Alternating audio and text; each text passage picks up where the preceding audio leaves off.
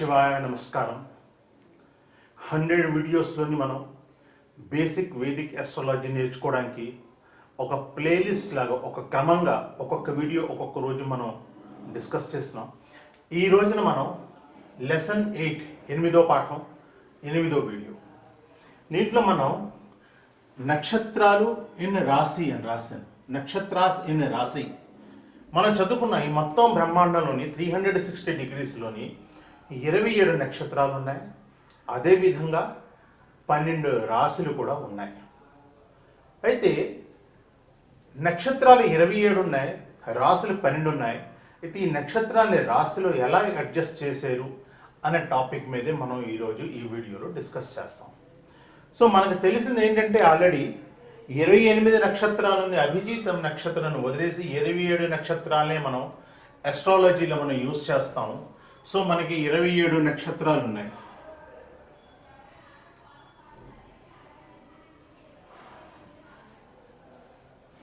అవన్నీ మీరు కంఠస్థ పెట్టుకోవాలి నక్షత్రాలు, ఎందుకంటే నక్షత్రాలు చాలా ఇంపార్టెంట్ రోల్ ప్లేస్ చేస్తుంది మనకి. అదేవిధంగా 12 రాశుల పేర్లు కూడా మనం కంఠస్థ పెట్టుకోవాలి.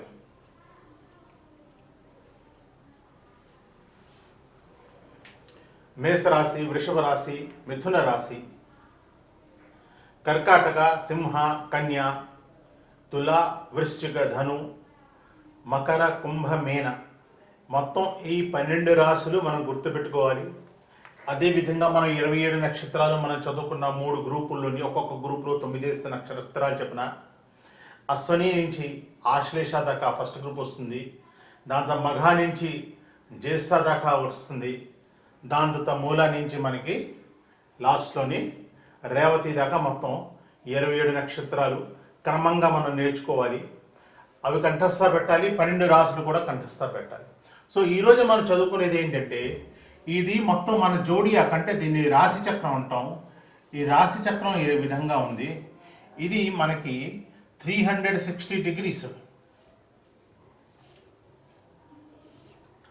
ఈ 360 డిగ్రీస్లోనే మనం చదువుకున్నాం ఏంటి, 27 నక్షత్రాలు ఉన్నాయి. ఈ విధంగా మనం చదువుకున్నాం దాంట్లోని. సో ఈ విధంగా మనకి 27 నక్షత్రాలు ఉన్నాయి. దీంట్లో డిస్టెన్స్ కాస్త తక్కువ ఎక్కువ అవ్వచ్చు, బట్ అవన్నీ ఈక్వల్ డిస్టెన్స్లో వస్తాయి.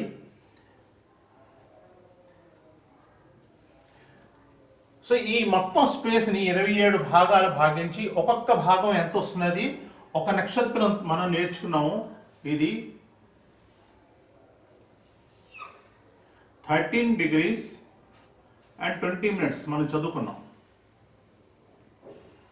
సో ఈ విధంగా 27 నక్షత్రాలు అంటే 13 degrees into 20 minutes into 27 is equal to 360 degrees మనం చదువుకున్నాం. అదేవిధంగా 12 రాశులు చదువుకున్నాం. 360 డిగ్రీలోని 12 రాశులు అంటే ఒక రాశి ఎంత పడ్డాది, 30 degrees పడ్డాది ఒక రాశి. అయితే ఇప్పుడు ఈ నక్షత్రాన్ని ఎలాగ డిస్ట్రిబ్యూట్ చేసాం 12 రాశుల్లోని అన్నది మనం తెలుసుకుందాం ఈ వీడియోలోని. అయితే ఇప్పుడు దీంట్లో కానీ మనం ఒకవేళ 2 రాశులు 2 నక్షత్రాలు తీసుకున్నాం అనుకోండి. సో 2 నక్షత్రాలు మనం తీసుకుని ఎంత అవుతుంది, ఇది 26 degrees 40 minutes అవుతుంది. మరి ఇంకా స్పేస్ మిగిలిపోయిందే. అదే కానీ మనం 3 నక్షత్రాలు తీసుకున్నాం అనుకోండి 40 degrees వస్తుంది అది. కానీ ఇక్కడ 30 degrees ఉంది. మరి అడ్జస్ట్ ఎలాగవుతుంది? ఇది పూర్తిగా మ్యాథమెటికల్ క్యాల్కులేషన్.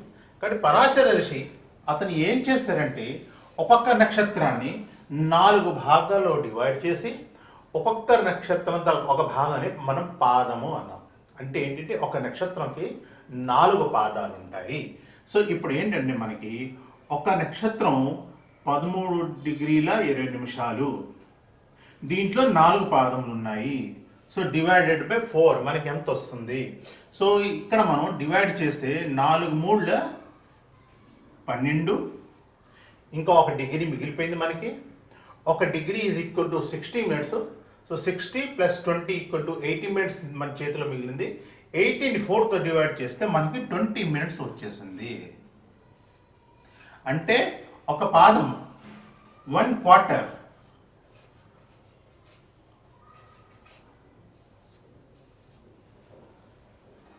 ఒక నక్షత్రంకి 4 పాదాలు, ఒక్కొక్క పాదము 3 డిగ్రీల 20 నిమిషాలు అని మనం ఇక్కడ ఇలా క్యాలిక్యులేట్ చేసుకోవచ్చు. సో ఇది 3 డిగ్రీల 20 నిమిషాలు అయితే మనకి ఎన్ని పాదములు వస్తాయి మనం అలా కూడా క్యాలిక్యులేట్ చేసుకోవచ్చు కదా. సో ఇప్పుడు 30 డిగ్రీస్ని మనం డివైడ్ చేస్తాం. దేంతో చేస్తాం? ఈ 3 డిగ్రీస్ 20 మినిట్స్ తోటి మనం డివైడ్ చేస్తాము. ఎలాగా? ఇప్పుడు 1 రాశి, ఒక రాశి is equal to 30 degrees. 1 quarter of నక్షత్ర ఎంత పడ్డది? 3 డిగ్రీస్ 20 మినిట్స్. సో మనం డివైడ్ చేస్తే ఎంత వస్తుంది? ఇది మనకి 9 వస్తుంది. మీరు క్యాల్కులేట్ చేసి చూసుకోండి. ఎందుకంటే హోంవర్క్ ఉండాలి కదా, వీడియోస్ చూస్తున్నప్పుడు కాస్త హోంవర్క్ కూడా ఉండాలి. హోంవర్క్ ఉంటే ఏంటంటే మనకి ఏమిటి అర్థమైంది, ఏమిటి అర్థం లేదు అని కూడా మనకు తెలుస్తుంది. అర్థం లేకపోతే మనం వీడియోని ఇంకొకసారి కూడా చూస్తాం. సో 30 డిగ్రీస్ని డివైడ్ చేస్తే ఒక క్వార్టర్ తోటి 9 అంటే ఏంటి? ఒక రాశిలోని 9 పాదములు ఉంటాయి. అర్థమైంది కదండి? ఒక రాశిలోని 9 పాదములు ఉంటాయి. ఒక నక్షత్రానికి 4 పాదములు. అంటే ఒక రాశిలో ఏంటవుతుంది? మొట్టమొదట నక్షత్రం కానీ మనం తీసుకుంటే, ఇప్పుడు మనం ఇక్కడ చూద్దాం పూర్తిగా. మీరు నోట్స్ రాసుకోకపోతే మళ్ళీ రివైండ్ చేసుకుని మీరు నోట్ రాసుకోండి. ఇప్పుడు మనకి 1 క్వార్టర్ అంటే 1/4 నక్షత్ర is equal to 3 degrees 20 minutes మనకు వచ్చేస్తుంది. సో ఇప్పుడు ముందు ఫస్ట్ మనం ఒక రాశి తీసుకున్నాం. ఆ రాశి ఏంటి తీసుకుందాం? అశ్విని.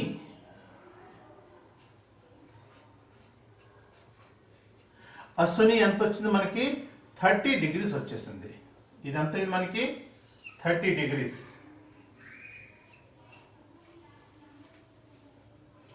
దీంట్లోని 9 క్వార్టర్స్ సెట్ అవుతాయి, అంటే 9 పాదాలు సెట్ అవుతాయి. సో మనం దీన్ని ఇలా 9 భాగాలు చేద్దాం. 1 2 3 4 5 6 7 8. 1 2 3 4 5 6 7 8 9. సో ఇవి మనకి మొత్తం 9 భాగాలు అయ్యాయి. ఈ విధంగా చూస్తే మనం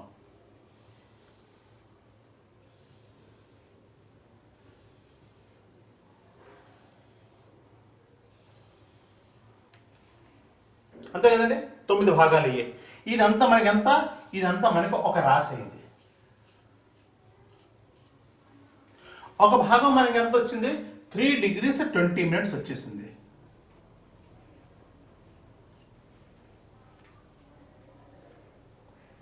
సో మనకి 4 క్వార్టర్లు అంటే క్వార్టర్ 1, క్వార్టర్ 2, క్వార్టర్ 3, క్వార్టర్ 4 ఇది అంతా కలిపితే మనకి ఇక్కడి నుంచి ఇక్కడ దాకా ఏరియా ఏంటి వచ్చింది?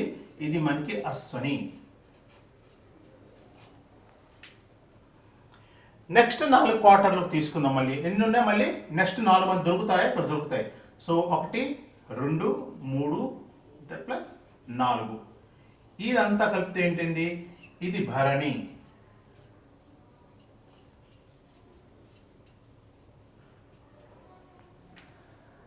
మనకి ఇంకా 1 క్వార్టర్ మిగిలిపోయింది ఇక్కడ. ఇది ఏంటవుతుంది? నెక్స్ట్ నక్షత్రం ఏంటి వస్తుంది మనకి? అశ్వని, భరణి, కృత్తిక. సో కృత్తిక తలకు ఒక పాదము, మొదటి పాదము కూడా దేంట్లోనే వస్తుంది? ఈ మొట్టమొదటి రాశిలో మేష రాశిలో వస్తుంది. ఇదంతా మనం మేషరాశి గురించి చూస్తున్నాం ఫస్ట్ సీక్వెన్స్ లో. సో ఇప్పుడు ఎవరైనా అడిగారు అనుకోండి, ఏ నక్షత్రం, అశ్వని నక్షత్రం ఏ రాశిలో ఉంది అంటే మనం చెప్పొచ్చు మేషరాశిలో ఉంది. 4 పాదాలు మేషరాశి. భరణి నక్షత్రం దేంట్లో ఉంది? భరణి నక్షత్రం తలకు 4 పాదాలు మేషరాశిలోనే ఉంది. మేషరాశి.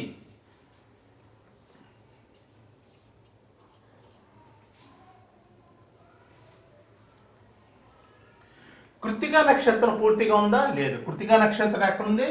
ఒకటే ఉంది కృత్తిక.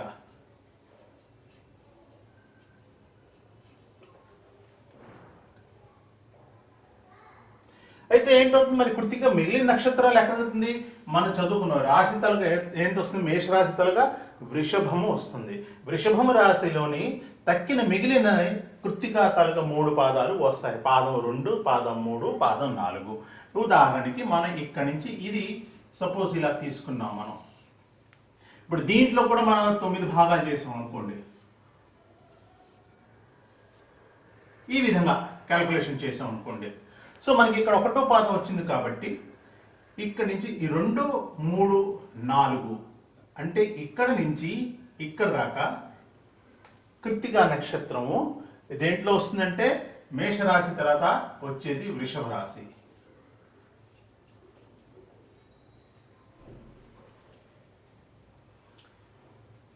సో నాకు అనుమానం మీకు క్లియర్ అయిపోయి ఉంటుంది. ఏమిటి, ఒక నక్షత్రం 13 డిగ్రీల 20 నిమిషాలు, దాన్ని మనం డివైడ్ చేస్తే 4 పాదాలు అవుతుంది. ఒక నక్షత్రం తాలూకా ఒక పాదంతో పరిమాణం ఎంత? 3 డిగ్రీల 20 నిమిషాలు. ఒక రాశి 30 డిగ్రీలు కాబట్టి ఒక్కొక్క రాశిలోని 9 పాదాలు వస్తాయి. ఒక నక్షత్రానికి 4 పాదాలు కాబట్టి ఉదాహరణకి మేషరాశికి 1వ పాదం, 2వ పాదం, 3వ పాదం, 4వ పాదం, ఈ అశ్విని నక్షత్రం తాలూకా 4 పాదాలు మేషరాశిలో వస్తుంది. భరణి నక్షత్రాల తాలూకా 1, 2, 3, 4 మొత్తం అంటే భరణి నక్షత్రం మొత్తం కూడా మేషరాశిలోనే ఉంటుంది. కృత్తికా నక్షత్రం తాలూకా మొదటి పాదం మనకి మేషరాశిలో వస్తుంది, మిగతా పాదాలు వృషభ రాశిలో వెళ్తుంది. కృత్తికా తర్వాత మనకు వచ్చేది ఏంటి? రోహిణి. సో రోహిణి ఏంటవుతుంది? 1, 2, 3, 4 ఈ మొత్తం అన్ని రోహిణిలోనే వస్తాయి.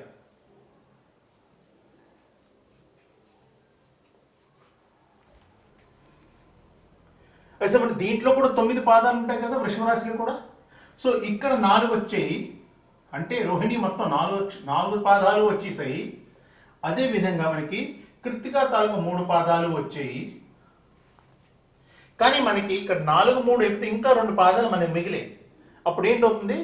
నెక్స్ట్ నక్షత్రం తాలూకా పాదం 1, పాదం 2 దీంట్లోనే వస్తుంది. అశ్వని, భరణి, కృత్తికా, రోహిణి, తర్వాత మృగశిర తాలూకా 1, 2 పాదాలు కూడా దీంట్లోనే వస్తాయి.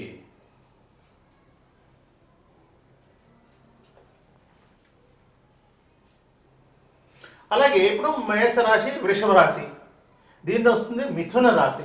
మిథున రాశిలోని స్టార్టింగ్లోనే మృగశిర తాలూకా పాదం 3, పాదం 4 వస్తాయి. సో ఈ విధంగా నక్షత్రాల్ని రాశుల్లోని ప్లేస్మెంట్ చేశారు. అయితే దీనివల్ల మనకు లాభం ఏమిటి అంటేనేమోని మనం ఏ నక్షత్రం తాలూకా ఎన్నో పాదం దాకా ఏ రాశిలో ఉన్నది అని మనకి తెలుసుకోవడం చాలా అవసరం అస్ట్రాలజీలో. ఎందుకంటే అస్ట్రాలజీలోని 4 పిల్లర్స్ మీకు ఫస్ట్ చాప్టర్లోనే చెప్పాను, మొట్టమొదటి పాఠంలోనే చెప్పాను. ఏంటి? నక్షత్రాలు, రాశులు, గ్రహాలు, భావాలు. ఈ 4 మొత్తం మనం కంఠస్థ పెట్టి వాటి గురించి ఫుల్ ఇన్ఫర్మేషన్ మనం తీసుకున్న తర్వాతే మన ఫలిత జ్యోతిషం చేయగలుగుతాం, అంటే ప్రిడిక్షన్ చేయగలుగుతాం. మనం ఈ 4 నేర్చుకున్న తర్వాత అప్పుడు దశ మహాదశలు, అంతర్దశలు వాటి గురించి అంటే టైం గురించి మనం నేర్చుకుంటాం. అప్పుడు మనకి మొత్తం క్లియర్గా అండర్స్టాండింగ్ అవుతుంది. ఏంటంటే ఏ ప్లానెట్ ఏ పొజిషన్లో ఉంది, ఏ నక్షత్రంలో ఉంది, లేదంటే ఏ రాశిలో ఉంది, దాని ప్రకారం ఆ జాగా ప్రకారం ఆ ప్లానెట్ ఈ పర్టికులర్ టైంలోని ఎటువంటి రియాక్షన్స్ వస్తుంది, ఎటువంటి ఎఫెక్ట్ జాతకుడి మీద పడుతుంది అన్న మనకు తెలుస్తుంది. సో ఈ రోజున మనం లెసన్ నెంబర్ 8లోని నక్షత్రాన్ని రాశిలోని ఎలా ప్లేస్మెంట్ చేస్తామని నేర్చుకున్నాము. మనకు తెలిసింది ఒక నక్షత్రంకి 4 పాదాలు, ఒక రాశిలో మొత్తం 9 పాదాలు ఉంటాయి. దాని ప్రకారం సీక్వెన్స్గా రాశిని సీక్వెన్స్గా తీసుకుంటాం, నక్షత్రాన్ని కూడా సీక్వెన్స్గా తీసుకుంటాం, ప్లేస్మెంట్ చేస్తాం. సో మీరు హోంవర్క్ చేసుకోవాల్సింది ఏంటంటే మీరు నోట్బుక్లోని ఒక వైట్ పేపర్లోని మొత్తం సర్కిల్ గీసి దాంట్లో 27 భాగాలు చేసి ముందు ఒక్కొక్క నక్షత్రం పేరు రాయండి. రాసిన తర్వాత ప్రతి నక్షత్రం ప్రతి 9 పాదాలకి మీరు ఒక్కొక్క రాశి పేరు రాయండి. రాస్తే అప్పుడు మీకు తెలుస్తుంది ఏ రాశిలోని ఏ నక్షత్రం తాలూకా ఏ పాదంలో ఉంటాయి అన్నది మీకు తెలుస్తుంది. ఈ హోంవర్క్ మీరు తప్పకుండా చేసుకోవాలి. మళ్ళీ లెసన్ నెంబర్ 9లోని మనం నెక్స్ట్ టాపిక్లో డిస్కస్ చేద్దాం. దయచేసి నాది కానీ ఒకవేళ ఇది వీడియో ఫస్ట్ చూస్తున్నారంటే మీరు అస్ట్రాలజీ నేర్చుకోవడం కంపల్సరీగా లెసన్ నెంబర్ 1 నుంచి మీరు చూడడం స్టార్ట్ చేయండి. నా ఛానల్ని సబ్స్క్రైబ్ చేయండి. ట్రూ వేదిక్ అస్ట్రాలజీ అందరికీ తెలియాలి అన్న ఉద్దేశంతో ఈ ఛానల్ స్టార్ట్ చేశాను కాబట్టి ఈ ఛానల్ గురించి మీ ఫ్రెండ్స్తో పాటు మీరు సోషల్ మీడియాలోని షేర్ చేసుకోండి. నమస్కారం.